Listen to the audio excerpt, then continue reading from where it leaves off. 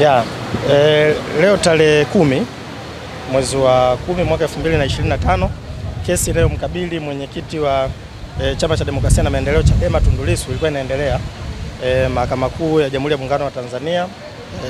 hapa Dar es Salaam, na leo tulikuwa tunaendelea na shahidi namba 2 PW2 ambaye jana alishatoa ushahidi wake kwa maana ya submission chief, na leo sasa lilikuwa tunaanza zoezi la yeye shahidi kuulizwa maswali ya dodoso, kisheria tunaita cross examination. Sasa na katika maswali hayo kimsingi kwa kifupi sana shahidi alianza kuulizwa maswali yanayohusiana na kauli ambayo shahidi alisema kwamba Mheshimiwa Tundu Lissu alisema, kauli ya kwamba Mheshimiwa Tundu Lissu alisema mahakamani ya kuendeki, na kumekuwa kuna hatua mbalimbali zimechukuliwa kudai mabadiliko ya kikatiba kwenye nchi yetu. Kwa shahidi ameulizwa maswali mengi ikiwemo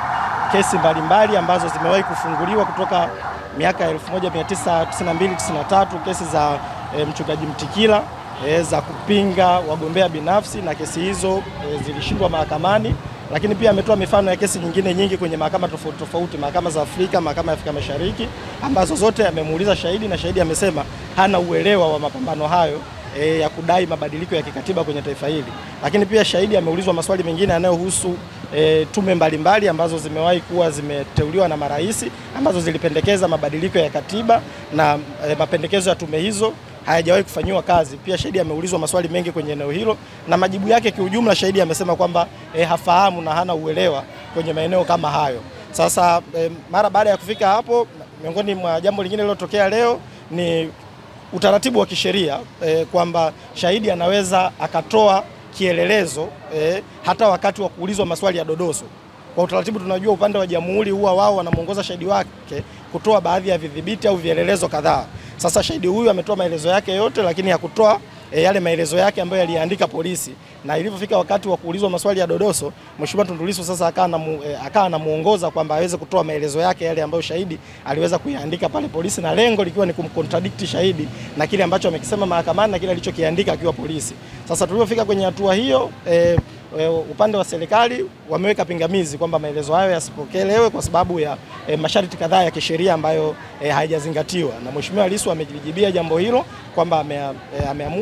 ametoa ombi hilo la maelezo hayo yapokelewe kwa kufuata taratibu za kisheria, na zipo kesi mbalimbali ambazo Mheshimiwa Tundu Lissu amezizungumzia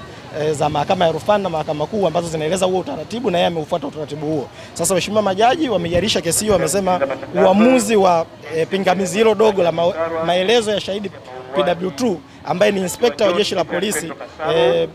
afande John Kahaya, kwamba maelezo yake hayo yatapokelewa na mahakama au hayatapokelewa, uamuzi huo mahakama imesema itautoa siku ya Jumatatu tarehe 13 mwezi wa 10 mwaka 2015. Kwa hiyo